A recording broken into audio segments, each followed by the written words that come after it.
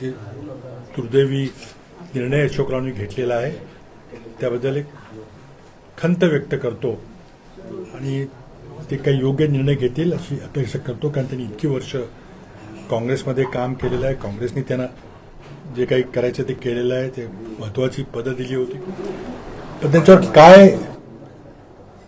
का त्यांना बाध्य केलं गेलं हे काही समजत नाही. ते मला वाटतं 1-2 दिवसामध्ये सांगतील की त्यांच्यावर कसला दबाव होता, त्यांना असा निर्णय घ्यायला का बाध्य केलं गेलं, कोणी बाध्य केलं, कशाची त्यांना भीती होती, हे तेच सांगतील.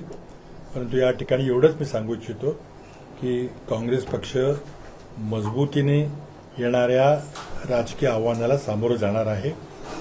आणि जरी अशोकराव गेले असले, ही दुर्दैवी घटना असली तरी मला वाटतं काँग्रेस पक्ष मजबूतीने येणाऱ्या आव्हानानं मोदी सरकारचा सामना करणार आहे.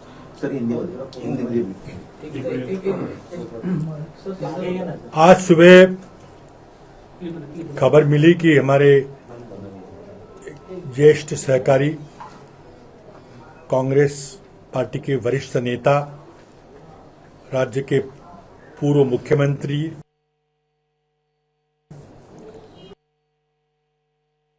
कांग्रेस कार्य समिति के सदस्य और जो महाविकास आघाड़ी के जो कोऑर्डिनेशन कमेटी के उसके भी एक अहम नेता अशोकराव जी चौहान ने पार्टी का इस्तीफा दिया है और अपने विधायक पद का भी इस्तीफा दिया है. खबर तो धक्कादायक है, चर्चाएं बहुत हो रही थी, लेकिन ऐसे कुछ निर्णय लेंगे ऐसी अपेक्षा नहीं थी, लेकिन उन्होंने निर्णय लिया है. उनकी क्या बाध्यता थी, उन पे क्या दबाव था, उनको क्यों ही निर्णय लेना पड़ा, इसके बारे में खुद ही वो बताएंगे. लेकिन जो भाजपा की रणनीति है, अगर जनता का समर्थन नहीं मिल रहा है तो विपक्ष को तोड़ो, विपक्ष के नेताओं को तोड़ो और किसी तरह से चुनाव जीतने की कोशिश करो. लेकिन देखिए, जो तेलंगाना में हुआ, कर्नाटक में हुआ, उसी की पुनरावृत्ति महाराष्ट्र में होने वाली है. एक ज्येष्ठ सहकारी के पार्टी छोड़ने से दुख तो हुआ है, लेकिन हमने आज सुबह सभी कांग्रेस विधायक दल के हमारे साथियों से बात की है, चर्चा चालू. कोई भी इस तरह का कोई निर्णय नहीं लेने वाला. ये सब अफवाहें भाजपा की ओर से फैलाई जा रही है कि कितने विधायक किसके संपर्क में हैं. हमने सारे विधायकों से बात की है. सभी कल मुंबई आ रहे हैं.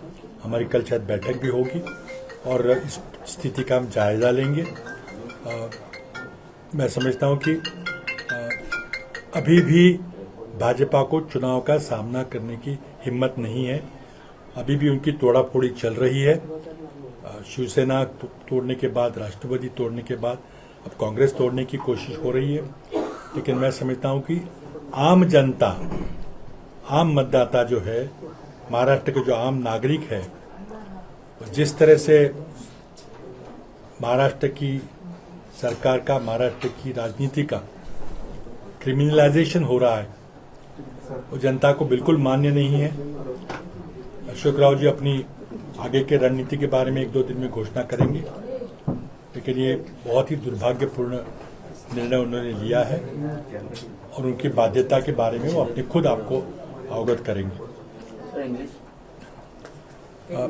This morning we heard that our senior colleague, former Chief Minister of Maharashtra, member of the Congress Working Committee, a leader of the Maharashtra Alliance, which was negotiating seat adjustment with our partners, Shri Ashok Chavan, has resigned his membership of the Legislative Assembly and has also resigned from the primary membership of the Congress Party and also from all the positions that he held in Delhi, in the Working Committee and other places.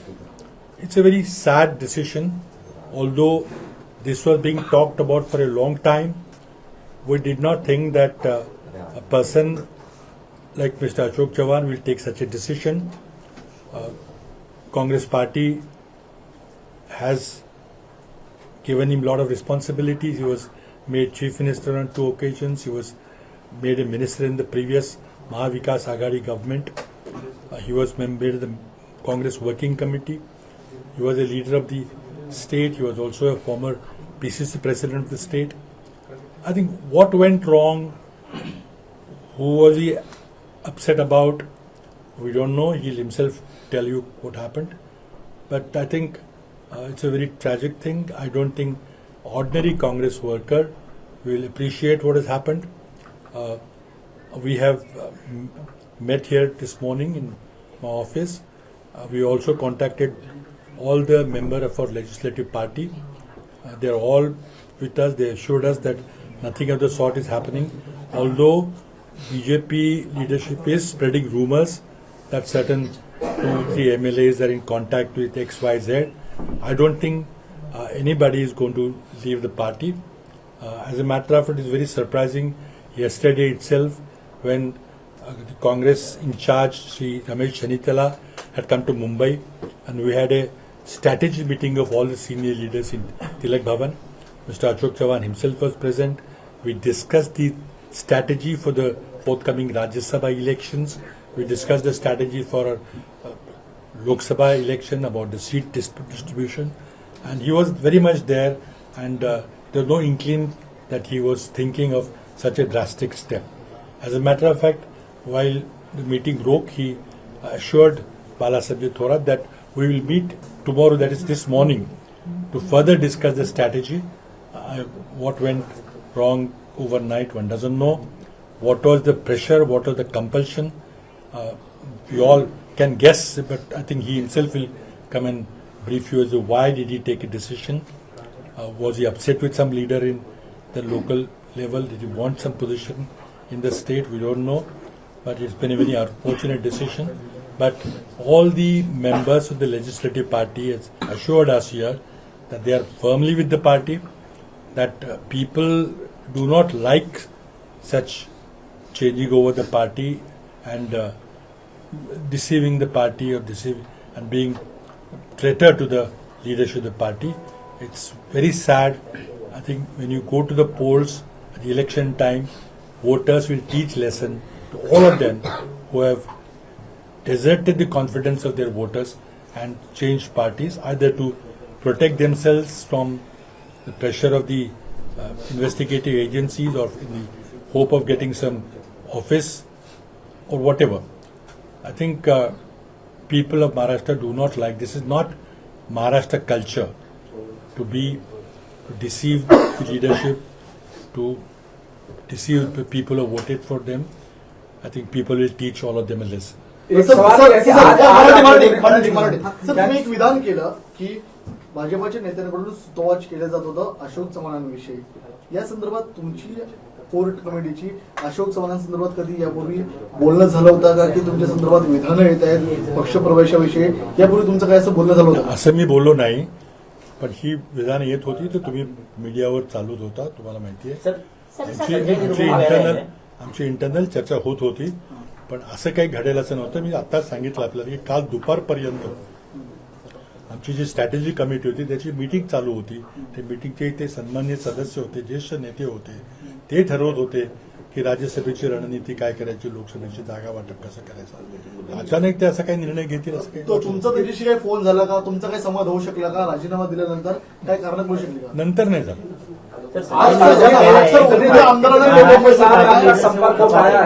Maharashtra K party leader है, उनसे वो नाराज चल रहे थे, खफा थे. इसके बारे में उन्होंने वरिष्ठ नेताओं को भी बार बार अवगत कराया था, बावजूद उसके कोई दखल नहीं ली गई, इसीलिए उन्हें आज पार्टी छोड़ने. देखिए, ये तो उन्हें पूछना पड़ेगा, इसकी हमें कोई जानकारी नहीं है.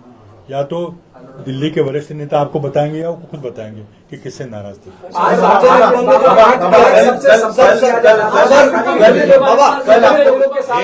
आज संपर्क आप लोगों ने किया विधायकों के साथ, कितने विधायकों के साथ संपर्क हो पाया? और जिस तरीके के दावे किए जा रहे हैं कि 12 एमएलए करीब उनके साथ हैं, जिसमें कई पूर्व मिनिस्टर्स भी हैं जो वर्तमान में एमएलए. देखिए, हमने तो हमारे सारे विधायकों से कांटेक्ट करने की कोशिश की है.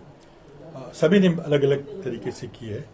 ये अफवाह तो फैलाई जा रही है, आज पहली बार तो नहीं है, कई दिनों से चल रही है. कोई 25 बोल रहा है, कोई 30 बोल रहा है, कोई 20 बोल रहा है, कोई 11 बोल रहा है. ये तो अफवाह चलाई जा रही है. लेकिन हमने तो अपने साथियों से, अपने विधायकों से संपर्क किया है, सभी ने हमें आश्वस्त किया है कि ऐसे कोई कहीं नहीं जा रहा है, लेकिन अब वो अफवाहें उड़ाने वालों को चलाने दीजिए। अशोक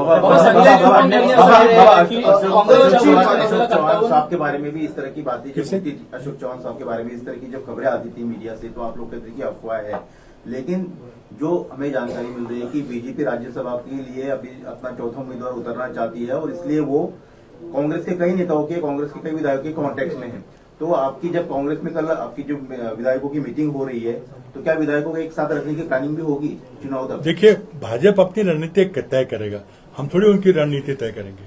उनको 3 चुनाव में प्रत्याशी उतारने, 4 उतारने, उनका निर्णय है और उनको कोशिश करनी है अपने वोट बढ़ाने की, तो वो करेंगे, उसमें कोई मतलब नहीं है। हम अपने विधायकों की मीटिंग लेंगे। हमारे सीएलपी नेता बाला साहब थोराते, उन्होंने मीटिंग का नोटिस जारी किया है, सबको लेके बैठेंगे और मुझे विश्वास है कि कोई अप्रिय घटना नाही घटेल.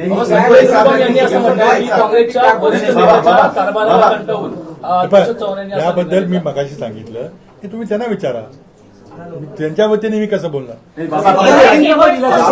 अपने बयान में ये बात कही है कि हर बात बताई नहीं जाती, ये लाइन उन्होंने कहा. उसके बाद ही निरुपम का ट्वीट आया कि एक नेता की कार्यशैली से वो नाराज थे. वो इशारे में कहीं ना कहीं नाना पटोले की तरफ इशारा कर रहे थे, क्योंकि बहुत बार ऐसी बातें आई है कि दिल्ली तक नाना पटोले के खिलाफ देखिए, कुछ लोग गए अब हैं. क्या मैं उनका कोई वकील हूँ, उनकी तरफ से मैं बात करूंगा, तो उनसे पूछिए किससे नाराज थे, क्या नाराज थे, मैं कैसे बता सकता हूँ.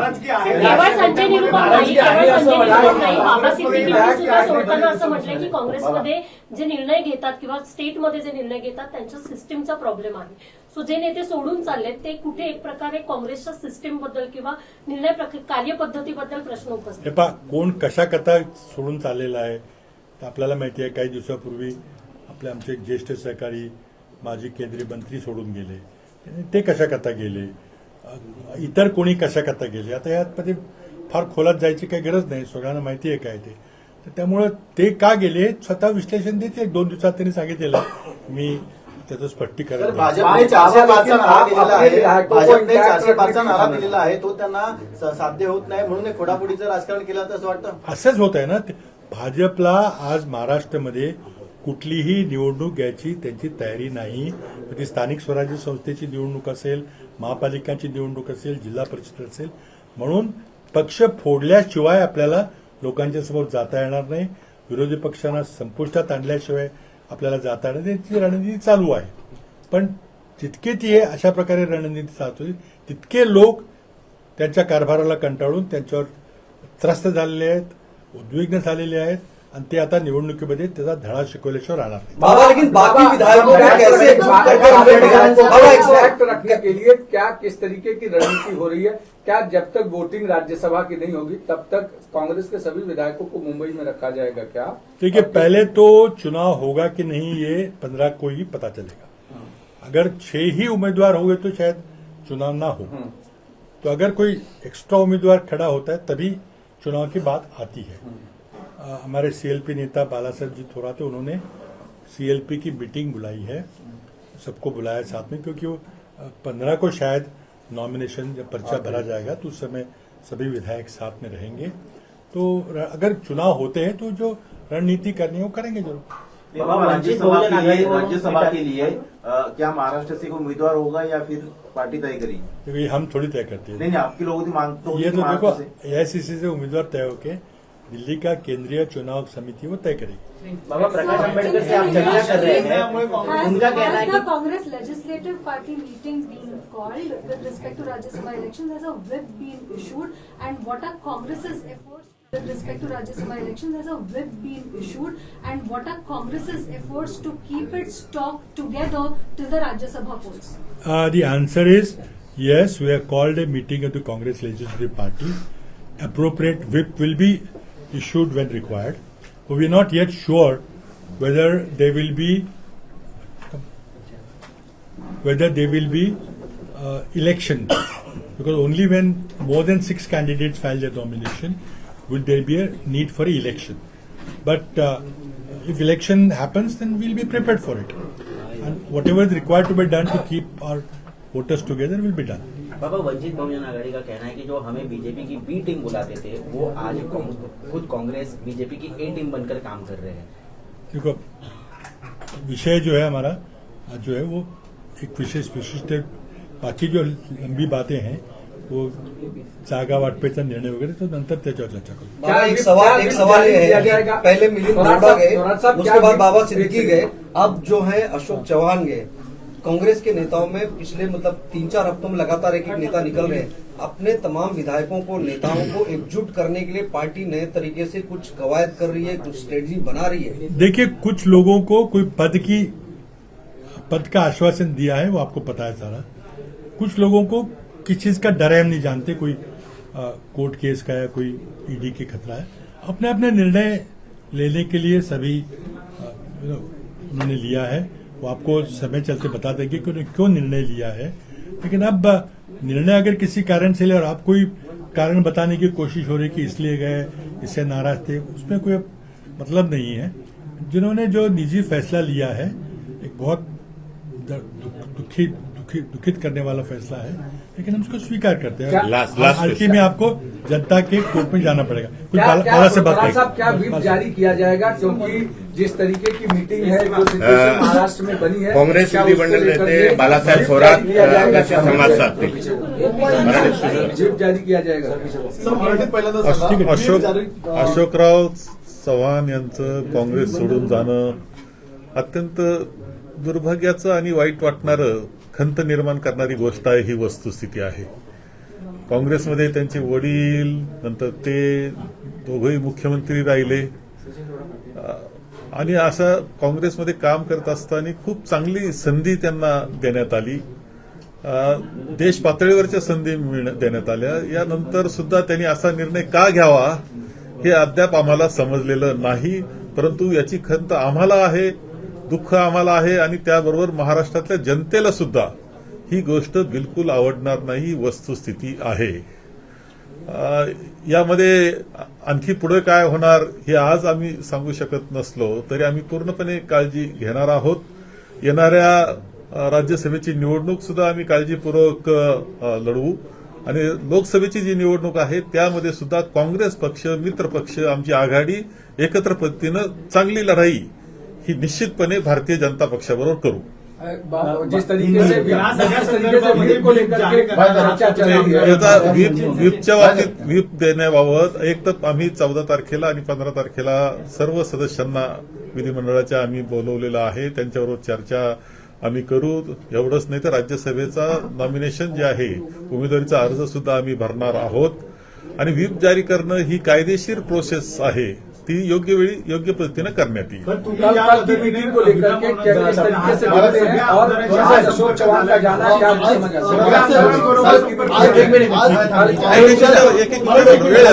काँग्रेसच्या सर्व आमदारांसोबत तुमचा संपर्क होऊ शकला का? आणि सर्व आमदारांना नाही, आता बोलवलंय? आमदार हे सहसा मतदारसंघामध्ये अनेक ठिकाणी असतात, रिमोट प्लेसला असतात, फिरत असतात, त्यामुळे एकदम सर्वांचा संपर्क झाला नाही।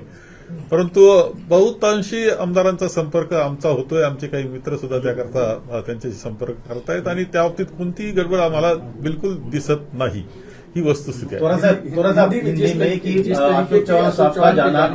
अशोक चौहान के जाने के बाद कांग्रेस किस तरीके से उसको कर रही है? अभी ऐसा है कि कांग्रेस तो पूरी तैयार है इलेक्शन के लिए। अशोकराव गए ये तो दुर्भाग्यपूर्ण है, लॉस तो होता ही है, लेकिन नए लोग खड़े रहेंगे, कांग्रेस आगे फिर खड़े रहेगी। क्या व्हिप जारी होगा और विधायकों से संपर्क जरूरत जब होगी, कायदे वो कानूनी ये है, वो योग्य टाइम पर वो व्हिप जारी करेगा। क्या विधायकों की बैठक, कल विधायकों की बैठक बुलाई गई है, कितने बजे बैठक होगी, कहाँ होगी? नहीं, कल नहीं, 14 तारीख को बैठक शाम को होगी और 15 को सुबह होगी। सर, जसं तुम्ही सुरुवातीला म्हणाला की अशोक चव्हाणांना द्यायचं आम्ही काय कमी पडलं जेणेकरून अशोक चव्हाण गेले, तर काय वाटतं ईडीची भीती होती? आता हे त्यांना खरं त्यांना विचारलं पाहिजे किंवा जनतेला विचारलं पाहिजे। का गेले जनता सुद्धा उत्तर देईल. क्या सभी विधायकों से काँग्रेसचे संपर्क 11 हो पाया? आमदार आप हे लोगों का आप लोग लगातार बातचीत कर रहे काँग्रेसचे थे. 11 आमदार भाजपाच्या संपर्कात आहेत. भाजपाचं ऑपरेशन लोटस सुरू झाले अशी माहिती मिळते. तर तुम्ही सर्व नाही, आमदार याच्यामध्ये आकडे तर काही येतात, नावं सुद्धा येतात. नावं आपल्या चॅनलवर आल्यानंतर आम्ही विचारल्यानंतर ते सांगतात की आम्ही असं काही नाही, आम्हाला ते चॅनलला फोन करून ते नाव बंद करण्यास सांगतायत. याचा अर्थ असा की असे काही अफवा पसरवण्याचं काम चाललेलं आहे. ऑपरेशन लोटस हा तर भाग आहे. अनेक राज्यामध्ये हे उद्योग भारतीय जनता पक्षाने केलेले आहेत. महाराष्ट्रानं हा अनुभव महाराष्ट्र सुद्धा घेतो आहे. परंतु महाराष्ट्रातली जनता आणि देशातली सुद्धा जनता या विषयावर पूर्णपणे भारतीय जनताच्या या कार्यपद्धतीवर पूर्णपणे नाराज आहे. क्या सभी विधायकों से संपर्क हो पाया? आज लगातार आप अभी लोग तक संपर्क- नहीं हुआ कि सुबह से बहुत सारे जो एमएलए लोग होते हैं ना, विधायक जो होते हैं, तो गांव में फिरते, दूर तक रहते, लेकिन सबका संपर्क होगा, कोई प्रॉब्लेम उसमें नहीं. तुम्ही सांगताय की ज्या पद्धतीने हे लोटस ऑपरेशन सुरू आहे, पण त्या अगोदर अशोक चव्हाण देखील अशाच पद्धतीने बोलत होते की मी कुठे जाणार नाहीये. ह्याच्या अगोदर देखील त्यांचं वारंवार नाव होतं. ते वंचित त्यामुळे बहुजनला पण होते last हेही खरं आहे की काल अशोकरावजींनी माझा संपर्क झाला होता, त्यांचं बोलणं झालं होतं. आज 11 वाजता बसू आपण म्हटले होते, चर्चा करू पुढच्या निवडणुकांची. ही वस्तुस्थिती आहे. 11 वाजता मात्र फोनवर ते सापडले नाही. नहीं बात अशोक चौहान कल तक आपके साथ में थे, आप मीटिंग की तस्वीरें भी आई. क्या आपको अंदाजा था कि अशोक चौहान एक अचानक ऐसे कोई हमें बिल्कुल ऐसा अंदाजा नहीं था, कोई ऐसा प्रॉब्लम लगता ही नहीं था. कभी उन्होंने ऐसा दिखाया नहीं था कि वो कांग्रेस छोड़ के जाएंगे. सर काँग्रेस मुक्त भारत विडा नेमका मग कुणी उचललं? काँग्रेसने स्वतःने उचललं की भाजपाने उचललं? नाही, कोणीही काँग्रेस मुक्त भारत कधी होऊ शकत नाही, एवढं मात्र लक्षात ठेवा. ही विचार प्रणाली आहे, विचारधारा आहे आणि ती शाश्वत विचारधारा आहे. ती राज्यघटनेशी निगडीत आहे, आपल्या प्रियांबलशी निगडीत आहे. ती कायम राहणार आणि तीच देश टेकवणार. धन्यवाद. थँक्यू. थँक्यू. एबीपी माझा, उघडा डोळे बघा नीट.